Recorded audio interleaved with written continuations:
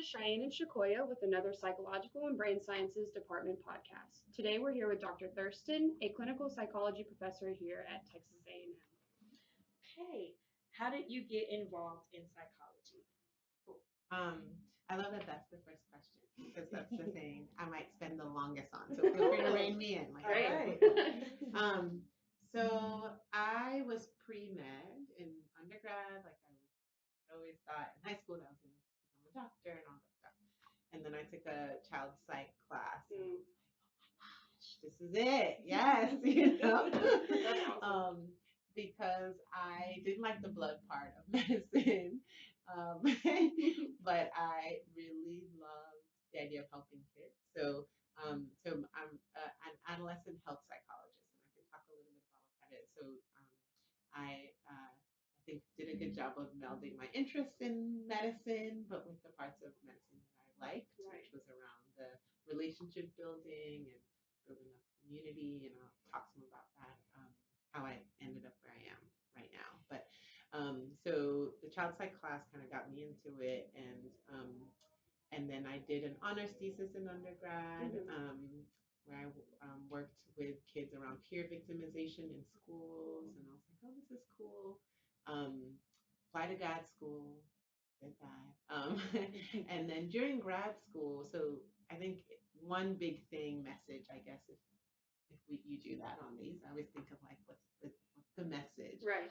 is the importance of networking. So for Right. me, I think um, if I had to pick what's like the biggest and most important thing that grad students or undergrads need to think about or should try to like strive towards is networking. Right. So, and you'll see like through my story that that really comes up a lot. So, in as a grad student, I went to a conference and I was just chatting with someone, and they told me about this training opportunity at Brown. It's called the T32 Fellowship, which as a graduate student you can like go to a different lab and learn for a summer. And so I got the opportunity to go to Brown for a summer in Rhode Island and learn from clinical psychologists who were doing basically health psychology work. And I didn't know that that field really existed or like what that looked like. That you get to design interventions for people around health, and like you get to decide what's in there, and I got to work in the courthouse where people were doing sexual health interventions in the courts with like kids who were going through the juvenile system. And while they were waiting, they would pull them in and do some sexual health education, which was like amazing. And I got to work in a clinic where people were, again, helping kids around their health issues. So I got introduced to health psychology in that way. Right. And then that you could do it with kids. So it sort of brought blew my world apart, and I decided to start seeking opportunities in that. But I always come back to networking because if I hadn't had a conversation with someone at a poster session, just like tell me about your research, Right. I wouldn't have had this whole world. That's crazy. Wow. That's awesome.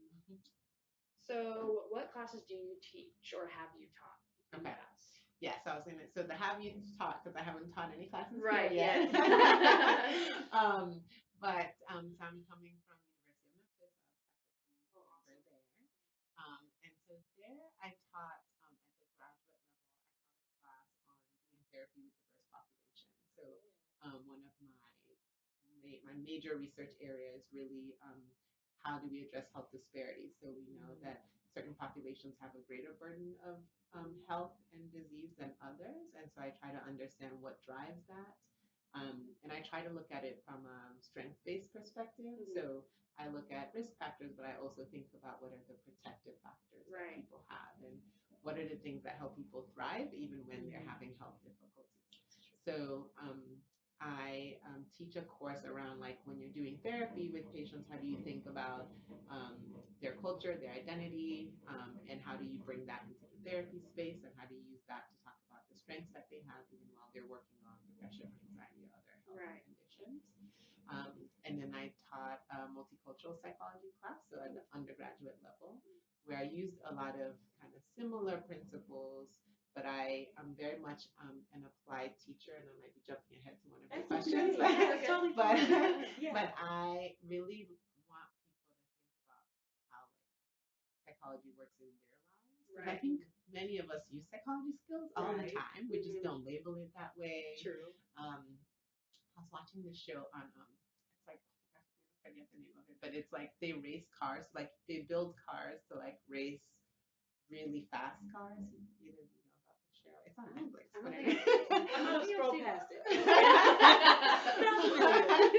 but it's really cool because this one guy is like, oh, I do motivational speaking, and all the stuff he was talking about was like psychology principles, like to tell people like believe in themselves, and but it's not labeled as psychology, but like it's what he described was basically psychology. Right. So I think a lot of people use psychology, we just don't label it that way. And so I teach classes also that way. Like I want people to like think about how this is relevant for their lives. Like I want this to be more than just I'm taking this class, I need to get this grade to graduate. But like I want to leave this class and somehow something about my life is different. Right. Right. And so I teach my multicultural psychology class and I taught that way with people thinking about I do a lot of self-reflection and asking people to think about how might this connect to their lives. A lot of engaged learning where people go out into the community to like learn about how do you put these principles into action. So that's multicultural psych, and then I taught research methods and design, and I taught that at the graduate level, and similar to my, I'm answering all your questions beforehand, but similar to my research, I have people think in that class when you're designing studies, how do you think about who's in our studies? Like who got asked to be in the study and who didn't, right? So you probably learned about how a lot of psychological principles that we know often come from psychology students, right? Right. Most of the research happens on psychology students. So do you guys know what percentage of the U.S. population has a college degree? Not graduated, but even like goes to college. What would your guess be? Maybe like 10 to 15. Okay. I would say like 30. Okay, so right in the middle. So it's 25%. Okay. So you already have low expectations. But yeah, so it's interesting, right? If so much of our population, right, is not like 75% of the people don't get any college like at all. And if most of our studies are based on not just students, but psychology students, Right. like how representative of the phenomena we're studying is that, right? And so I have them think about that. So when you're designing a study, how do you think about who is in your study? And I do a lot of community-based research where I'm trying to go out into community to get more folks who are not necessarily, on that college track so that we can get a better sense of how do our phenomenon that we study apply or don't apply to kind of real world people outside of academia. So those are the 3 courses I taught there. And in the spring, I'm going to teach a graduate clinical interventions class for the graduate students. Yeah. Nice. Yeah. That's exciting.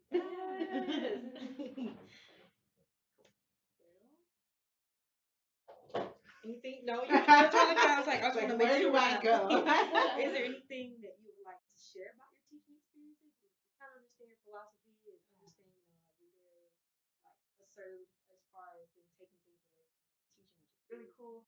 But like anything you want to share, like with your experience? Yeah. I think one of the thing I love about teaching that I didn't, so a little secret, but maybe it's not a secret because it's going on a podcast, is that like I didn't want to be a professor. Like I was like, oh, when I was like, go and be a practitioner and be a clinical psychologist, like helping people, right? And until I had that experience of like seeing what applied research looks like in the real world, right? Then that allowed me to think like, oh, maybe this is a thing I could do. I think the thing I like about teaching is the same way. Like it's the ability to expose people to think differently about something, right? Like we get so I study adolescence, right? And adolescence is 13 to 25. So a lot of college students are adolescents, adolescent young adults. They might have different feelings about that, but from a research standpoint, right? Adolescence continues to college, right? And so I get an opportunity to teach young adults, adolescents about things and like influence how they might perceive something. And some people don't love the adolescent period. I love it. I love the like every day's new, the discovery, the like excitement about life, and there's so much growth and potential that's happening. So I love that in my classroom. Like I love to see how people think about things and how people wrestle with things, right? So you've been taught this your whole life. Yeah. And now someone is telling you like the way when we talk about gender in a certain way that it affects other people, and that's not something you've ever been taught about. Or True. when you walk into spaces, you think about how about could everyone walk into this space? And so do we need to think about accessibility and like where's the ramp, or where's the how is the lighting set up for people, like am I always lecturing, or am I thinking about hands-on for people who don't learn very well with being talked to, like, so I think that has really challenged me to like grow as a person, to think about different identities that I don't really think about because maybe I have privilege in that area. And so I love that about teaching, is that there's no class that I didn't like, someone didn't like teach me something new, right? Like from my students, because they have their own life experiences. Like, hey, Dr. Thurston, like, this thing you said, like, and I love the ability to have like an intellectual conversation about it and like think through it and wrestle with it together. And that's really cool. So I feel like no semester is the same. Even when I teach the same class, like it all depends on who's present. And I really focus on creating an environment that students can feel safe to have those conversations. So I spend a lot of time trying to build like that classroom community so people feel safe enough to have these conversations, because I think that's where the learning happens. For sure. Yeah, that's awesome. That's so cool. Yeah. So if you could teach any course you wanted, what would it be and why? I struggled with this. So I was like trying to think, like there are like 20 courses. But okay. I probably would teach like a class, kind of like what I was saying earlier about like making psychology work for you. Something that would be, so it would almost be like a directed study, because I feel like each person would be like, well, what's your stuff, and how do we design something to really, so that we can pull from different parts of psychology that would be relevant to your experience. Because I think I like get frustrated with, we publish, and that's why I love that you guys reached out to me, because I feel like we publish a lot of papers. It's only read by academics, which are like, even less than the 25%, right? I don't know what that number is. I should look it up. I'm sure it's less than 5% of people, right? And we like read our own stuff, and like, how is that helping the 95% of the world? So which is, I mean, that's important too. Yes. But I really like love the idea of how do we get the message out, like, and so I love this like blog, because I feel like people are more likely to read that, or how do we get our the important things that we study into like reality, because I think it can be so non-accessible. Like when I'm around academics, we can talk for hours, but people are like, very overhead, and we forget that sometimes because we're just like in our zone. So I really I think that's really important, is how do we get our information sort of drilled down to where people, like the average person, not even people in universities, because you guys can still follow along, because you're like students, you're like socialized to like be in a classroom, sit down, someone's going to say something, I'm turning, but for people who are not socialized that way, it's so different, so how do we get ourselves to be more relatable? So that's what I would do. I would like do that in classroom, and I would have like directed study, and all of us go out into the community and like do stuff out there. That would be like, awesome. I would register. I'd take that class. It would be a lot of work. I mean, it sounds fun, but it would be a lot of work, of like building community partners, and getting people to like trust and build relationships and share what you know. But in my lab, like we do a lot. I like something called new teaching, where I get, because I believe all of us have something to teach, right? We just haven't had the opportunity. But like, there's so many things. Like, if you think about it, they're just things that you know, or someone taught you, or have a 7-year-old, and he like, there are these things called Beyblades. You know what this is? It's basically like a spinning top, but like the Oh, thing, yeah, okay. but it's like, looks very anime and like has Oh. names. It's like a whole thing. But but so at his school they banned them from bringing them because they were getting in trouble at his aftercare program. So they built it out of Legos. Like he was like, I want to play this thing. So he like used Legos to build the Oh, same wow. thing, and like that's a whole thing. But I love like the engineer. Like I was like, that's STEAM, right? That's STEAM and STEM, right? Like you're Yeah. pulling like your resources and thinking, how can I create a top? So they use like the head of the Lego guy and then build the top. It's like Oh, so, wow. Okay. that's amazing. Yeah. That's So awesome. I love that we're, so I think that like, 'cause to me that's the idea of getting outside of like engineering, but like, right, it's an engineering skill, like build something and you do it so it's practical and it Right. works for you. That's true. Could you tell us a little bit about your research interests? Yeah. So I am really interested in adolescent health.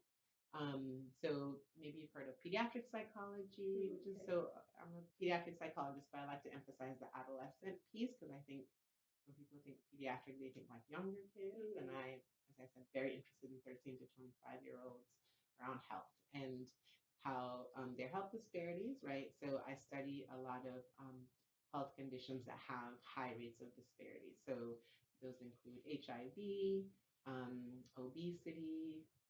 Started to do some cancer stuff, but basically any health condition where there's a disparity, and then mental health also. And what I'm interested in is how do we understand what's driving those, and how do we develop interventions that help to close that gap, right? And so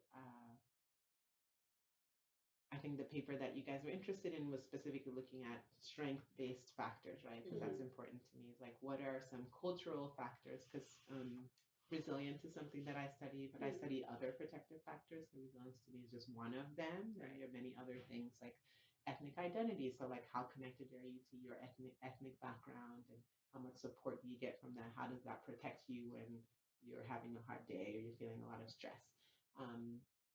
I look at things like spirituality and religiosity and how that kind of connects you and serves as a protective factor. So, kind of thinking really broadly about what are different protective factors that people have, and how do people harness that. And so, I do a lot of CBPR, which is community-based participatory research. So, I and my lab are really interested in helping communities solve their own problems. So I think of myself, I'm an academic and I have expertise in that, but community members are community members and they have expertise in that, right? They know their community. I can't tell you about what it's like to live in Bryan because I don't live there. I don't, right? And so I partner with people, would love to partner with people in Bryan to say, like, you tell me, you're the expert about the community. You know where people go when something difficult happens, right? And then I know how to like run stats and like tell you what to study. So how do we put our knowledge together to create something that will help your community? So a lot of the work I do is not in this office. It's like out in the world, and trying to listen a lot to hear what people say about what are the concerns that they have, and then try to use what I know about different solutions people have come up with, but also talk to people in that community so they can tell us, because most people know what they need to do. It's just more like they don't have the resources or the time or whatever to do it. So that's awesome. So how do you stay caught up with the literature in your field of study? yeah, good one. So I subscribe to a lot of journal table of contents. So they'll send you like, oh, this is the, for this month, or if it's quarterly, this quarter, here's our, the top titles of articles that are coming out. And then I skim those because in theory, I would go and like read through the whole thing, but that's all the time in the world. So I like that because then if something is particularly like in my area and I'm like, oh, that article looks good, then I'll go and like find that article. So I use that, and then Google has this thing, Google Scholar, where you can subscribe to certain like people or who publish. So like for people in my field who publish certain things, like around weight stigma, which is something that I study. Like I'll follow one of the big people who do that. So when they publish something, then I can see what is coming out from that group. What else do I do? I think also writing papers helps because when you're preparing to write a paper, you have to go to the literature and I get to see like, oh, this was published. The same for writing grants. Like, oh, who's publishing in this area, who's submitted stuff in this area, and not use that information just there. But it's hard. I think that like there's so much information, right? So much. And I'm really trying to get into Twitter, like really trying. We just set up our lab Twitter yesterday, so we're like, okay, we're like in this. Because I think a lot of people get like nuggets of information through that. So just feels like one more thing. Yeah, right. Just get on there and see what's going on. I know. Yeah. So that's my aspirational goal.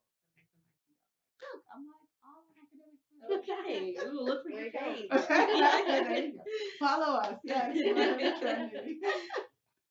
So with the research that you're interested in, how does that influence your teaching? Like, in what ways have you been able to bring insight of your research to the courses that you've taught before? If that makes sense. Yeah, no, it does.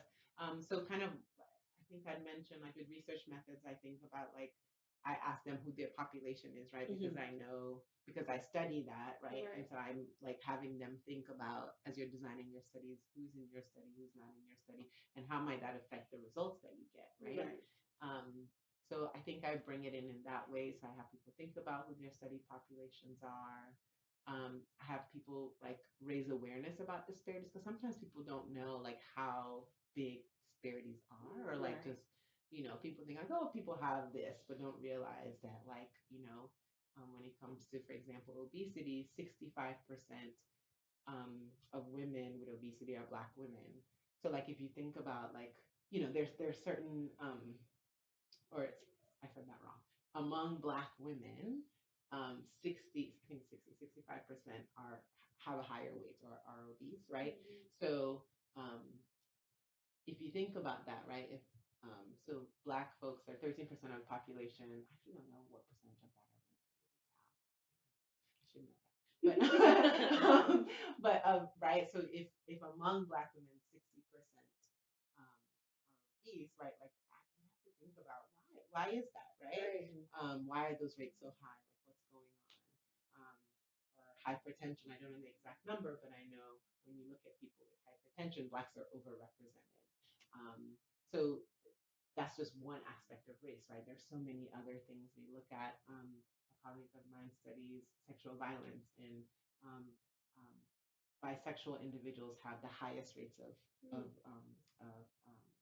sexual violence, experience sexual violence. So like I just think about why is one group particularly problematic, right? Like why there's nothing inherently different about them. Right. So what is it about the environment or society that like has created structures where this particular group is most impacted? So I just have people like think about that, Right. I think the biggest thing I say a lot is like you don't know what you don't know. So so like how do you ask questions? And many times we just like go through our world and just take things as is. We just don't question it. Right. And so it's more about how do you have a critical mind and how do you like question like why am I doing it this way, or why am I, and just like ask yourself those questions. Because it's like we learn things at like the surface level, but really it's about challenging us to think deeper. So that's cool. I know psychology has helped me a lot with doing that because now I like walk around and I like pick things out and I'm like, I wonder why. Yeah. I love psychology for that. Like, it just makes me so much more critical. Yeah, which is also hard because I'm sure your friends are like, It's not that deep. I know. But it kind of is. Right. So how do you involve graduate or undergraduate students in your research? So right now we have two graduate lectures I'll picture today. Sexual violence awareness day, so we're all purple. I didn't know that. So you have purple on your shirt, so you can just roll with that. Holla. And that's what I'm thinking. But so in graduate students, so two of them, one of them came with me from Memphis, and the other one first year student, so she was going to come to Memphis, and then instead here at A&M. So they, are involved in everything from like right now we're ordering lab furniture, and so we've been shopping online for things that we want a lab set up, to writing papers and presenting posters, and um, thinking about designing studies and like what do we want to research. And so because I'm a big community researcher, like I still have projects happening in Memphis, and we're right now figuring out what we want to study here, right? Mhm. On disparities, but like what are the pressing disparities for this community? Right. What are the issues? So we've been going to like different community meetings and meeting with different community organizations here to try to understand that a little bit more. So they are involved in all of that, like from everything. Cool. That's awesome. And then undergrads, I'm hoping to have the 4.5, Yes. 4.9, Mhm. one. Yeah, Yes. there you go. And so hoping to bring some undergrads in as well. And very similar. And my biggest thing is I want you at the end of the semester or a year to have something on your CV to show that you spent this time. So I might write a poster or be part of a poster, something Right. Yeah. in addition to learning like content, but just so like you can like, oh, I remember this one, because I go back to my CV and I look, I'm like, oh, this is my first poster I did with this. And, Yeah. you have something because that's connected to that experience. So, and that helps you go to grad school or get the next job or whatever you need to do. That's awesome. So will you start involving undergrads like within the next semester, Yes, hopefully? I interviewed actually someone yesterday who's awesome, Lauren. I don't know if you guys know her or not. Do you know her last I think she's with the psychology club. I If I'm think not so. She mistaken. seems to She's be involved in a lot of awesome. stuff. She Gotcha. seems really Yes, great. I that's was like, oh awesome. my gosh, yeah. Yes. So our plan is to probably like maybe 2 or 3 undergrads to start.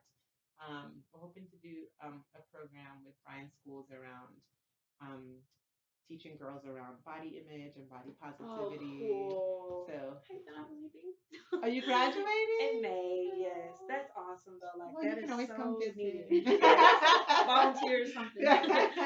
Cool. So yeah, so we will be same like um, undergrads and like this philosophy of thinking about bodies, our bodies and certainly, and then for that to girls in high school. That's so cool. I'm not graduating till next December, so There you go. That is You might very be special. Yes. I like that. thank you so much. Yes. This is so fun. Yeah, it was really fun. Anything else you want to share real quick, or kind of had it all? I think you guys are awesome that you're doing Well, this. thank Like you, really, I thank think you. it's a nice, as you said, it gets you to connect. Because I think, again, because I study at lessons, I think there can be this barrier sometimes, like the professors and the students. Yeah. Yeah. Mhm. I And remember I being don't a want to be freshman. that person. So like I want Yes. people to feel like you can come by and we can have conversations. Like, Netflix and like Awesome. I think to reduce that power difference. Like the Right. power will be there, but how do we make it so that we can have conversations like this? I think that's the way. So I love that you guys are doing this. I think it helps to bridge some of that gap and make us feel like we're people too. Yes. That's the goal. We forget to brush our teeth. Not me, but those people. Oh my goodness. Well, thank you very much for joining us today, Dr. Thurston. We'll be back soon with another interesting insight into the faculty of the Psychological and Brain